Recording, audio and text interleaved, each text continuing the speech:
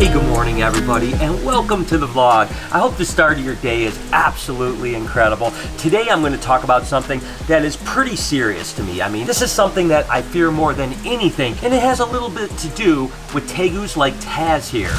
You know that I love teaching people about reptiles and getting people excited. So when I go to a lot of these school events and birthday parties and kids events, Taz is always just such an amazing animal ambassador. The kids love him to death because he's just so cute and he loves the attention, that's for sure. And certainly one of the most popular animals here at the Reptarium. Hey Diddy, what is going on? Now, of course, I talk about this all the time, and people have said it a million times in the past that people protect what they love, you know, and they love what they understand. So the opportunity to teach people about these iguanas or tegus or snakes or whatever the case may be is so absolutely important. And they're just such amazing animals. And right now there's something going on down in Florida that has me very, very concerned. Come on over to Daddy. Come on, baby. Hi, baby girl. How you doing? Now, I want to get something straight before I get into this topic. Rhino iguanas are not what I'm talking about. Rhino iguanas don't actually pertain to the subject I'm about to talk to, but I don't keep green iguanas yet, although we are considering getting some albino green iguanas for next door in the reptile expansion. But I didn't want you guys to think because I was talking about Bella or Diddy that I was talking about this when it comes to this. And what I'm talking about is actually a Senate bill, SB 906. Now, this Senate bill 906 in Florida is actually calling for the complete and outright ban of green iguanas and tegus, in particular Argentine tegus right now, but there's a good chance that other tegus will be added to this in an amendment in the future. What does this mean? Let's go ahead and break it down. So my biggest fear has always been this outright ban of keeping reptiles or being able to do what we do here at the Reptarium where somehow they make it illegal to keep a lot of these animals. Now, let me start by saying that Florida is a pretty unique situation, right? They have a lot of issues with invasive animals. We all know that Burmese pythons are invasive in the Everglades. We all know that there's iguanas running around all over South Florida that is definitely all affecting the ecosystem. These are not things that need to be there, and they are definitely harmful to the ecosystem. What can be done about it? I'm not 100% sure. Unfortunately, the way the environment is down there, there's not a lot we can do. Now, if there's good solutions, I'm open for those solutions. I know it's tricky with the Burmese python in the Everglades, with the rules that you have to kill them on the site. If you actually see them in the Everglades National Park, you're not allowed to touch. It's tough, and I'm not sure exactly where I fall on that. I definitely want the ecology of those areas to be well, and there's no doubt that invasive animals in those areas are big time problems. Now, this is where it gets tricky. This SB 906 and accompanied bills actually are calling for the outright ban of keeping those animals as pets in Florida. Okay, what the bill is actually proposing, and by the way, passed through its first committee 4-0, is that it would be illegal to keep the green iguana, any green iguana, blues, albinos, any of the green iguanas. Again, this does not pertain to the rhino iguanas, only to the iguana, which is the green iguana species, and for now, the Argentine black and white tegu. But again, the amendments are looking like they'll add Columbians and some other species and stuff like that of tegu. So what does that mean to you in Florida? Is that within a 90-day period, most likely if this bill went through, you would have to get rid of your iguanas, you'd have to get rid of your tegus, and if you didn't, you could be penalized under criminal law for keeping them. Now, the reason I'm so passionate about this is that it's a slippery slope, right? If you go and start taking away the tegus and the iguanas, number one, you've taken away the ability for people to be educated about such amazing animals like Tazzy, or if we add albino green iguanas, what if they banned them up here in Michigan, right? We as reptile lovers and enthusiasts have to band together for our friends in Florida, because you never know when it's going to expand to the entire country or Michigan or wherever the case may be, right? So I'm standing with all my friends that are down there that have green iguanas, that have tegus, that are amazing, responsible keepers, potentially breeders, and they do so much education. They wouldn't be allowed to keep the animals that they love so dearly. Oh, sorry. This is a Columbian Rainbow Boa. So you guys do remember Blinken. Okay, I actually took Blinken home, and he's doing really well. One of the animals that was born with no eyeball, sort of like Helen, I guess you can compare it to. This is Blinken 2.0. So there's something in the water, right? I have no idea how we hit the odds of birthing two snakes with no eyes. This is Blinken 2.0, born completely blind, no eyeballs, really freaky. This is another snake we're going to be moving up though. I mean, this thing honestly eats better than the ones with eyes. I don't know why. It's a hog, it's a pig, it's just eats like it's going out of style. Probably won't breed this animal. Maybe it'll be something that'll end up at the reptarium. Maybe this will be a pet to someone someday, we'll see, but it has to be moved up, so that's the next thing on our list here. We're continuing to work with salt and pepper. I'm going to give you guys a little update since we're feeding everything else. Thought we might go through and feed salt first and then feed pepper.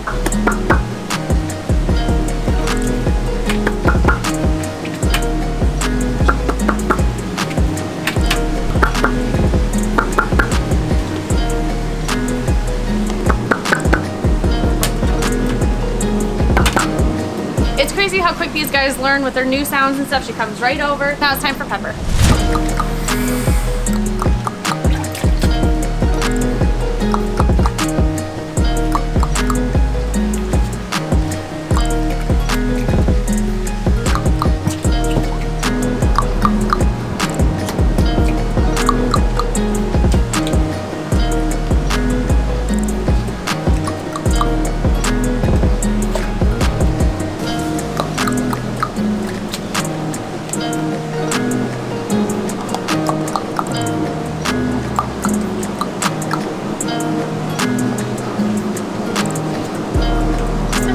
Pepper has a bit more of a difficulty with his new signals, but once he's keyed in on it, it's game on. And I don't want to be a Debbie Downer here, but you know, there's some potential that there could be some further amendments. In Florida, they have something that is reptiles of concern or conditional species. That would be the Burmese python, the reticulated python, green anacondas, and even monitors like Nile monitors. And there's a chance that these could also be added to the SB 906, which basically would then prohibit the ownership that now you need permits in order to keep, but they would be absolutely prohibited to be kept. Now, again, I'm not saying that there isn't a problem in Florida and that it's not something that we need to address somehow to save the ecology of that whole ecosystem down there. But the fact is that to be able to ban them from private ownership, that's an extreme step. And don't get me wrong, I think it's lack of education from the people that are actually sponsoring this bill, thinking they're doing the right thing. I don't think they're the horrible people. I think that they just think they're doing the right thing for the ecosystem of Florida. What we have to do together is try to educate the lawmakers, not only in Florida, but all over the country, so that they're making the proper decisions that not only help save the ecology, but also protect our rights to keep these animals. Because again, you start outlawing tegus and iguanas and maybe pythons, you know, a whole generation of kids in Florida are never going to have those animals come to their school and they're going to be able to meet them, or going to a private facility and be able to do it. It just really hurts my heart to see something like this happen. Again, we need to do something. We need to do something to band together to save the environment. But at the same time, do we want to ban everyone's animals that they love so dearly? You know, every single one of my animal friends that keep animals, breed animals, work with animals, actually fell in love with animals going to somewhere, seeing them. I've talked about when I was 2 years old going to the Belle Isle Aquarium and falling in love with a ball python, and it's led to a lifelong obsession with these types of animals and my desire to teach others how amazing they are. Could you imagine one day there not being those places that could actually keep and educate things? And I have so many friends down in South Florida that are amazing people that work with tegus, iguanas, and then also all of those pythons that could potentially be affected by this bill.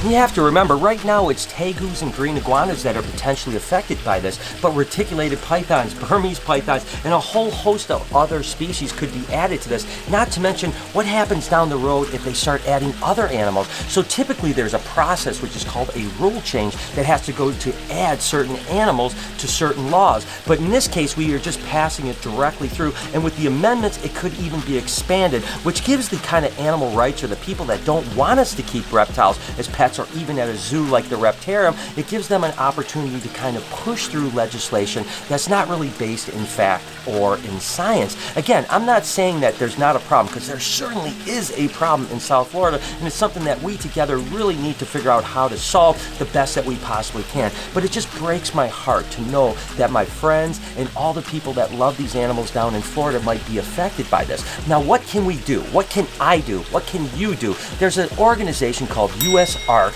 United States Association for Reptile Keepers. They are the ones that fight for our rights, and I'm going to put a link in the description not only to their site, but also all the information about SB 906 and accompanying bills that are involved in it. Also going to put a link to my buddy at Ryan from Underground Reptiles that's really on the front edge of the Florida people that are actually trying to fight this legislation. Again, I cannot stress to you enough, we have to be thoughtful, we have to be educated. When you make comments on a public forum that is nasty or vulgar, it doesn't help our cause. We have to be level-headed people. We have to understand that there is an issue and that the people that are trying to make these rules and regulations and laws are just really trying to do what they think is best. So we have to continue to try to educate them. And that's where associations like USARK does such an amazing job, actually getting in the room with these lawmakers and trying to educate them and persuade them to make responsible legislation rather than legislations that's just wide sweeping and hurting the entire industry and hobby. The truth is, not only do we have to stick up for our friends and our animals, because where are these animals going to go if they actually get banned? Some of them may have to be euthanized because there won't be enough facilities to take all these iguanas and tegus all throughout the state of Florida.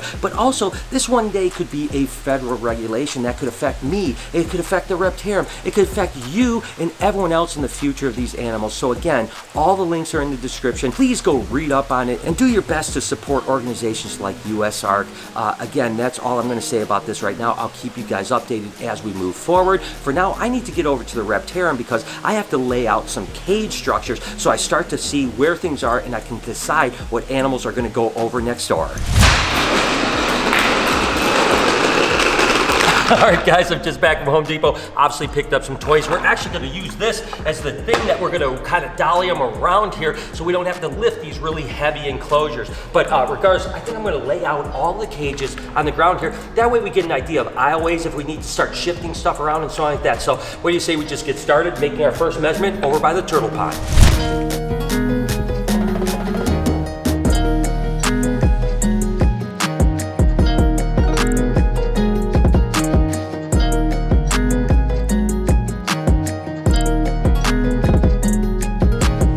This first aisle is actually built out right now, and what you have here is you have some 5-foot wide cages, then some 4-foots that are stackable over here. The whole row goes down here, and at the end of the row right here is where the turtle pond actually circles around here and goes right through this wall over to the other side. So that is where the cage placement is going to be. Now I have to build out the center aisle.